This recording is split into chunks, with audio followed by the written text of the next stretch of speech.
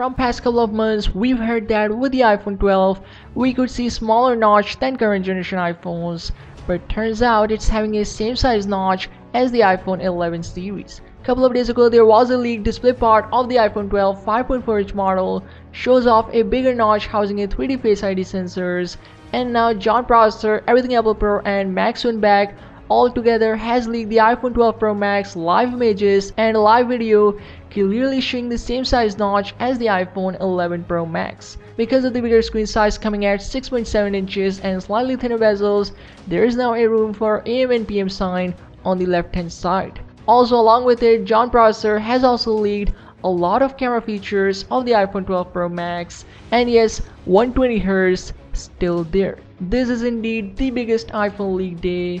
We also have some interesting camera gains with the iPhone 12 Pro Max, but first let's take a look at the 120Hz option. As the screenshot reveals, there is indeed a 120Hz option for the iPhone 12 Pro Max. It was a concern for a while now. Apple has been using a 120Hz display on their Pro model iPhones, but there was some screen or color calibration problem Apple had been facing.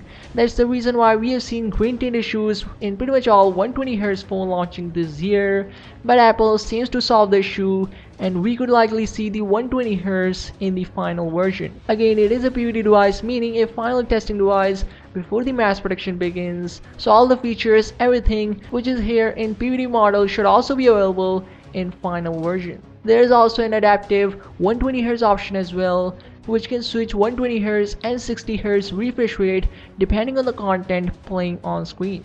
As the video reveals, same size notch as the iPhone 11 Pro Max, but there are some notable improvements with the Face ID. This time Face ID also gonna work at wider field of view, and even if your phone is lying straight on the table, you'll be able to unlock your phone. Moving towards the cameras, so yes, it is indeed having exact same cameras as the iPhone 11 Pro, plus now it's gonna have LiDAR sensor, which we first saw on iPad Pro 2020. According to John, the camera setup is also 10% larger than current generation iPhones. Speaking of the camera features, LiDAR not just here to measure things in 3D, but also to assist autofocus and subject detection for video and night mode. There will also be a 120fps video recording mode at 4K resolution. Samsung just added a 120fps mode in 1080p resolution, so it's 4 times heavier than Samsung. And there's also a 240fps slow-mo at 4K resolution. Enhanced night mode is also there, which you'll be able to use with tripod.